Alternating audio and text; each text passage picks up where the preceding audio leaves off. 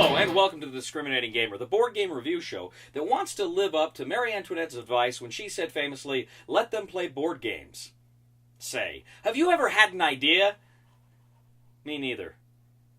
But I know a game that does. It's called Concept from Repos Productions. In Concept from Repos Productions, 4 to 12 players are going to try to get you to guess things. Essentially, how the game works is you divide up into teams of 2. And 2 players have a board in front of them that has all sorts of various icons, various pictures, which represent different things. They represent, everything from buildings to body parts to colors to geographic locations. There's a place to put your various markers to indicate them. You're going to place the question marker next to the thing you want them to get. And you can also place various little cubes in that same color next to things directly associated with it. For instance, if you wanted them to guess Ferrari, you could put the green question marker next to the land vehicle, car, whatever icon, and then one of the cubes next to, say, red. That might put them in the mind thinking, well, maybe it's a sports car, maybe eventually they get Ferrari, and you could maybe find some other things that would help them associate with that. But it gets a little bit more complex. Another thing you could do, for instance, is if you're trying to get someone to say the Eiffel Tower, you could put the question marker on a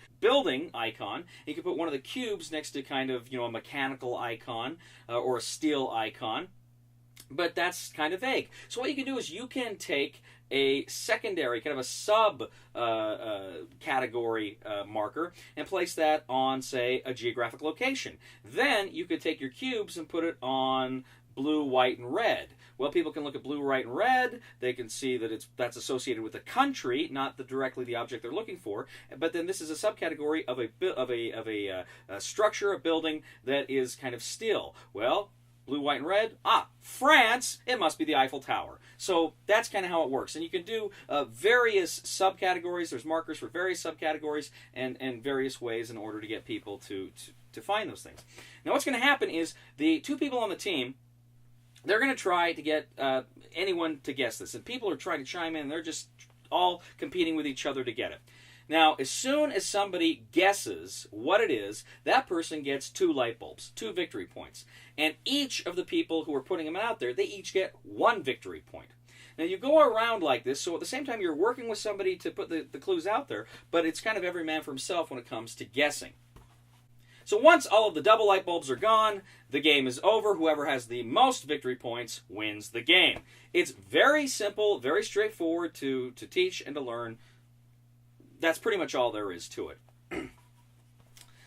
Now, as far as the game itself goes, it is really fun to try to get people to guess these what these things are without talking, because you can only say yes. If they're close, you can say yes. But that's the only thing you can say. You're not supposed to use any body language or anything. You're just kind of supposed to, point to the various markers that you put on the board.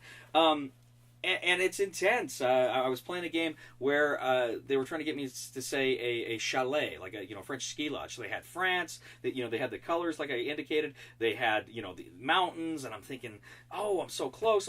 I said chateau, and they're like, oh, chateau, and you could tell I was close, but and so I'm looking there, and I finally get chalet, and it was fun.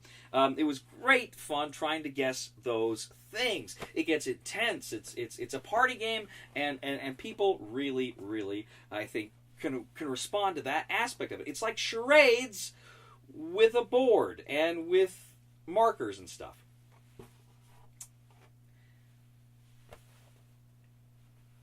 And yet,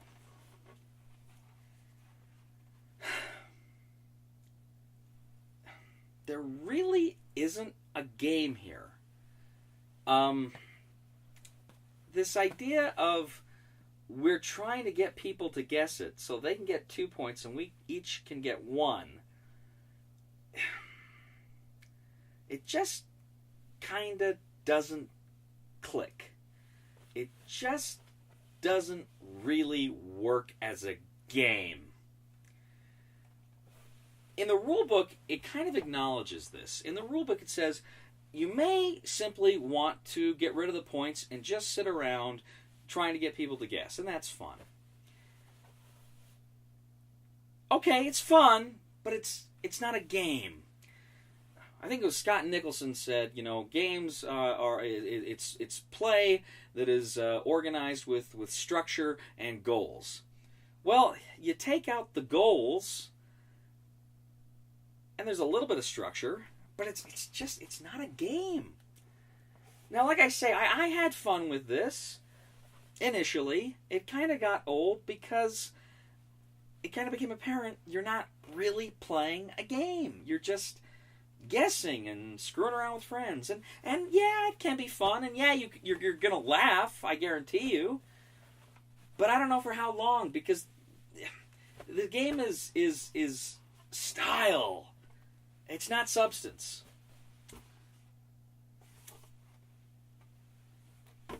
Concept was a Spiel des Jahres nominee, and I kind of don't get that. I don't understand that. I didn't see the game here.